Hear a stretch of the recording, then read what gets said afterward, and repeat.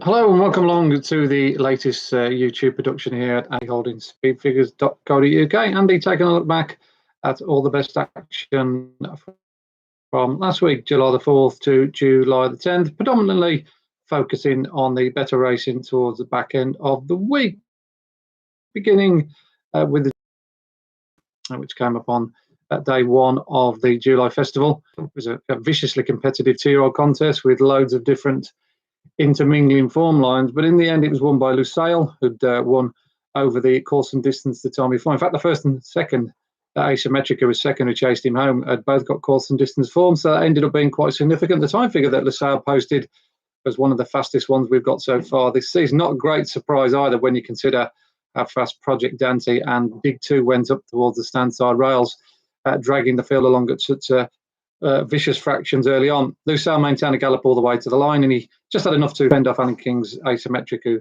as I said, came from the back of the field. I think his performance needs to be marked up. But the front two, along with Sam Maximus, who finished third, obviously very, very smart youngsters. On to the next day, and once again, another who shone on the time figures, clocking, or we awarded it a 93, which is the fastest one so far this season. It's Sandrine, who took a very good fillies contest, beating some of the best of her generation. I thought quite comfortably. She raced down the centre of the track. She moved to the front just over 2 furlongs out, and in the end, she ran out to quite a comfortable winner, boosting her form, of course, which she set in the Albany Stakes at Royal Ascot when she won on heavy ground. So she's very versatile, a soft ground winner that day, and a fast ground winner at Newmarket. The sky's the limit for Sandrine, who at the moment is the best 6 furlong filly around of her generation. On the same card, very, very impressed with a horse called Twilight Calls, trained by Henry Candy. Henry Candy's always renowned for having quite a few decent sprinters in his midst over the years, and it looks as though he's found another one here. Got beat the time before and a bit of a Leicester, but back to the minimum trip, 5 furlongs. He produced a sparkling turn of foot. Horse of Michael Appleby set the running out on the far side round. He tracked it off the pace on the far side. He quickened up really impressively to win with a bit to spare. He arguably idled a little bit in front as well. And Henry Candy, in his post-race analysis, said that's the kind of horse he is. Just saves a little bit for himself.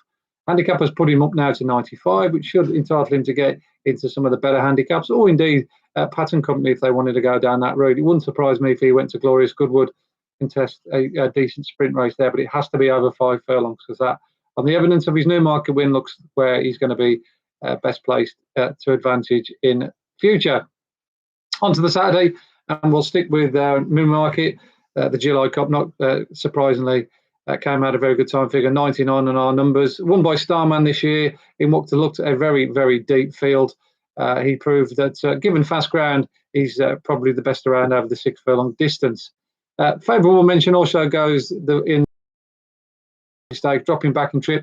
Just got a little bit outpaced before only once meeting the rising ground. It's interesting as well that his final 3 furlong sectional of 34.4 was exactly the same as the winner, Starman. So he also deserves a favourable mention. So those are the two to take out of the July Cup. Average Ascot on the Saturday got a very good time for Tilsit, who won the Group 3 contest on that day.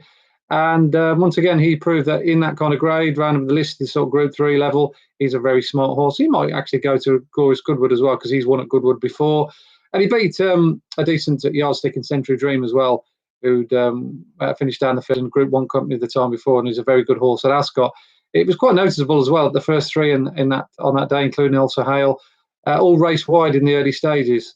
You may want to mark up the run off Top Rank, who fared the best of those that were went round the inside on the arguably slower ground. And Hikiki as well also finished well off the pace as well to finish Never Nearer 5th. I don't think he's quite done with for the season either. So a very good race there at Ascot on the figures. And last but not least, over at York, the best race, funny enough, on the figures we got, again, another very good time for La Trinidad, who the opening mile handicap.